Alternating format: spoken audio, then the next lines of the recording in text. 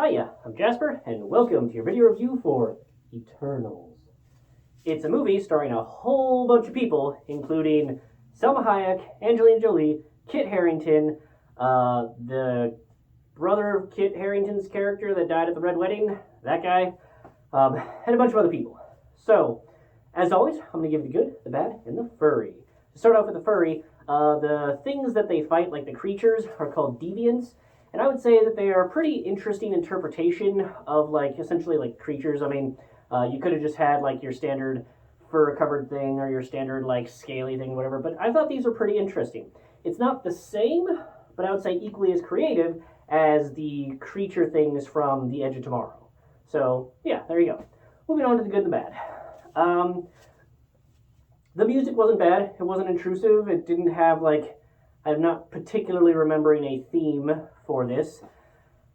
The acting's very good. You got a lot of really good actors on there, and the material that they're given, they work with. There's some funny lines, and kind of the interpersonal actions are pretty good. But overall, the plot just didn't connect with me. It seems like that they were doing a bit of the...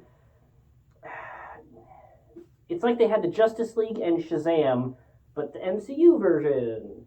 Because Shazam already did it, where there's a bunch of family or really good friend type people that have, a general level of superpower, but then each one of them has a particular high level of a particular type of superpower. And then you of course have the Justice League, where, we're all familiar with it. So, and with this one, they just have such similar powers.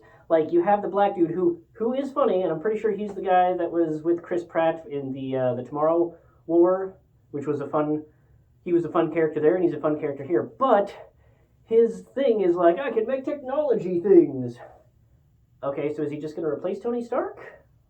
Okay, sure, I guess. Or the robot guy from Justice League.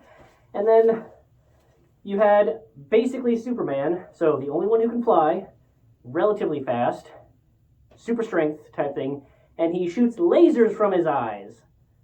They're gold lasers, so it's not the red laser of Superman. But come on, man. And then literally the Flash character, the super fast character, is wearing the red outfit. Come on. Come on, man. You're going to have the red character be the Flash character? Come on. So, yeah. And then you had basically Angelina Jolie playing Wonder Woman with, Alzheimer's or whatever. So that's fine. But yeah, I think really the chick who could change things into other things was kind of the most unique power that they showed out of all of them. And then yeah, so these guys get to Earth in 5000 BC, and you're trying to cover enough of that to where it's interesting, but not so much that it's a documentary of the past 5,000 years. So how they cut things is they do some flashbacks to some different eras, and I don't know, I just didn't super connect with it. I would say that overall, the rating for this, I would give it a meh. I would say that it's an MCU movie, so if you're dedicated to the MCU, which most people are, you're going to see this at some point. But I would say that, while yes, all the CGI shown was very good, and yes, there are some large-scale things, and at no point did I see anything that looked like bad CGI, I would still say you could probably wait until this comes to Disney Plus. Maybe even Disney Plus for free, depending on when the next MCU movie comes to theaters. Because, yeah, it was okay. Now, maybe if it wasn't an MCU movie, maybe it would get a higher rating. But relative to the rest of the MCU, it's a very meh movie.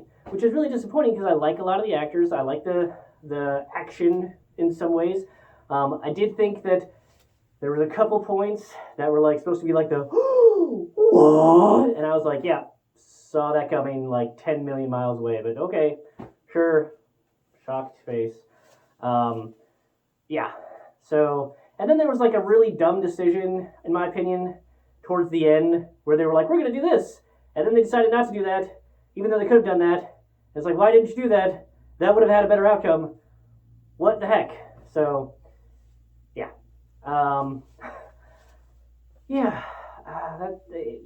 That's really all I have for this movie, is that the actors were good, there were some funny quips, as MCU is used to, but Shazam was funnier, and did the character thing better. And then there was Justice League that also had done it before, so this is like the third round of it. It was like they tried to replace some of the powers with like glowy gold powers, so that is not the glowy orange powers. Like it's, yeah. So that's all I have to say to this one. Thanks for coming. Thanks for watching. Hope to see you at the next one. Bye.